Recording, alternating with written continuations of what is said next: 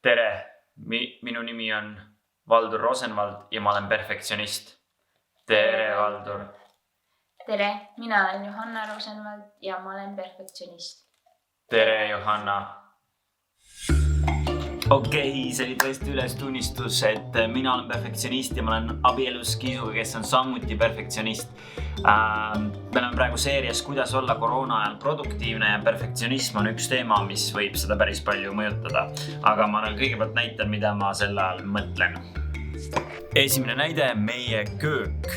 Johanna teeb kapiukse lahti ja mida me näeme? Sildid, käsitsi tehtud, tundide viisi tööd, arvutis kujundatud ja välja prinditud. Tohutult ilusad. Teine näide meie väikeses WC-s. Vaatame üle riiuli, mis siin on.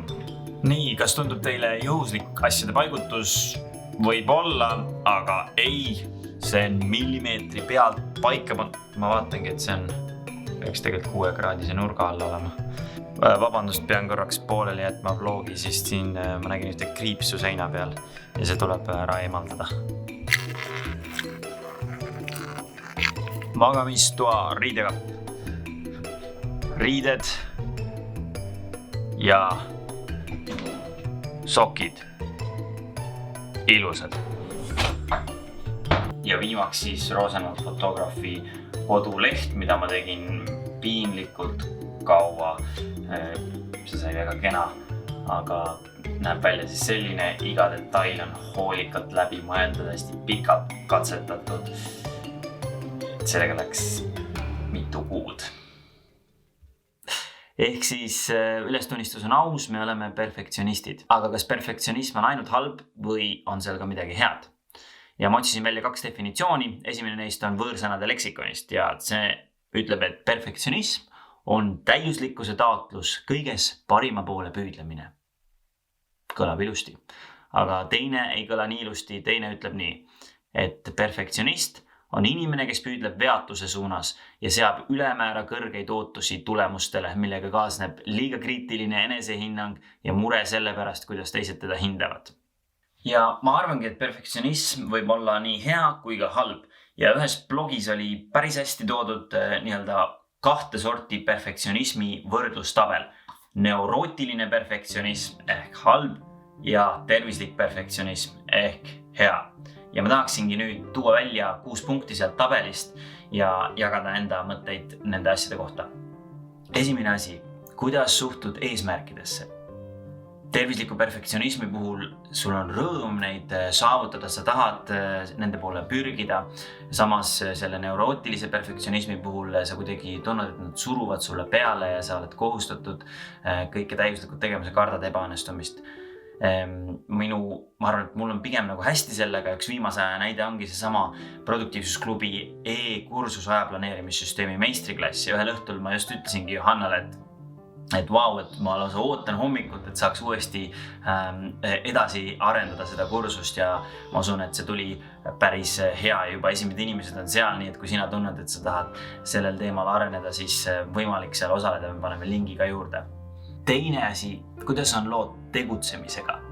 Tervisliku perfektsionismi puhul sa hakkad asjadega pihta ja õpid selle tegemise käigus. Õpid ja arened täiuslikkuse poole selle tegemise käigus.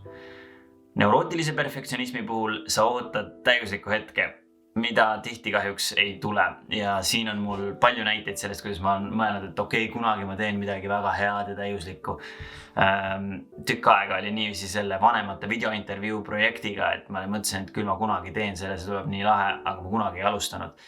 Ja paljudel teistel praegu koroona kriisi ajal, kui sa jääd mõtlema, et kui tore oleks arendada midagi välja või teha, aga see on kõik unistus ja sa ei võta ette reaalseid samme, sest sa tahad teha seda jube täiuslikult, aga praegu pole aega, siis juhtub see, et tihti need asjad jäävad täiesti tegemata.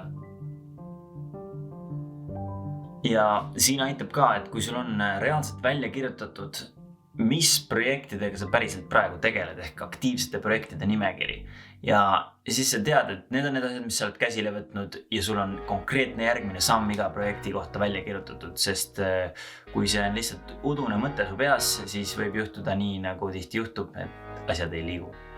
3. punkt, kas sa oled rahul oma tehtud tööga? Tervislik perfektsionist vaatab oma tehtud tööd, ütleb, et vau, see sai päris hea ja ta on õnnelik. Samas neurootiline perfektsionism vaatab, et seda saaks paremini, ta ei ole mitte kunagi oma tööga rahul.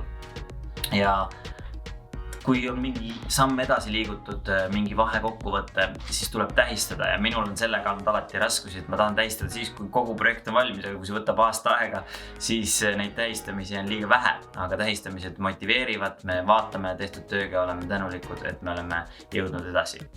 4. teema, makro versus mikro. Tervislik perfektsionist suudab aru saada, mis on tõeliselt oluline, mis on see suur pilt. Mitte ei jää kinni väikestesse detailidesse, mis takistavad tal selle asja ja projekti lõpule viimist. Ja siin on minu jaoks väga suur ohukoht, nagu ma ütlesin, selle kodulehe tegemisega, kui kaua sellega läks või teine asi on see kodu ehitamine. Ja samas kodu ehitamise puhul ma tunnen, et pigem oli meie jaoks nagu edulugu. Meil läks alla aasta, et see ülemine korter siin valmis ehitada ja milles oli võti, oli see, et me ei teinud asju üksinda, meil oli tiim. Kui sa tahad teha asju väga täiuslikult, siis sa pead arvestama sellega, et sul peab olema tiim. Et sina saaksid mingile valdkonnale keskenduda ja väga detailidesse minna ja teistesse asjadesse. Meil olid suurepärased ehitajad ja see võimaldas meil tegeleda rohkem sisekujundusega. Me panime isegi kirja, et mis on meie nii-öelda kõige olulisemad asjad, mis toovad tulemusi. See on planeerimine, konsulteerimine spetsialistidega, delegeerimine ja poodides käimine, et inspiratsiooni saada. Nii et ma arvan, et see läks selles mõttes hästi. Punkt number 5. Töö versus elu. Tervislik perfektsionist saab aru, et on vaja fookust hoida ka tervisel, puhkusel ja suhetel. Selleks, et tegelikult pikas perspektiivis head tööd teha. Ja samas see neurootiline perfektsionist arvab, et ta ei saa ju puhata, sellepärast ta peab kõik täiuslikult töö juures ära tegema näiteks. Tema kvaliteet lõpuks muutub kehvemaks, sellepärast et ta ei suuda pikaajaliselt häid tulemusi luua. Ma arvan, et selle valdkonna ma olen üsna hästi saanud kontrolli alla.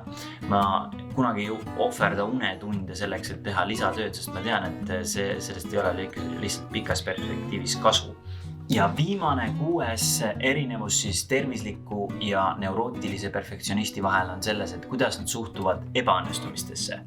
Tervislik perfektsionist vaatab, et ebaõnnestumised on osa edust ja see on arusaadav ja ta õpib neist ja läheb edasi.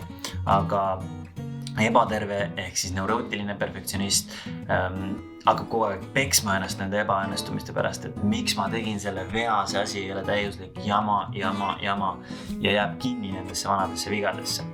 On mõlemat pidi olnud, aga näiteks selle kodulehe arendamise puhul, see esimene Rosenwald fotograafi leht mul võttis liiga kaua aega. Ma tegin seda mitu kuud.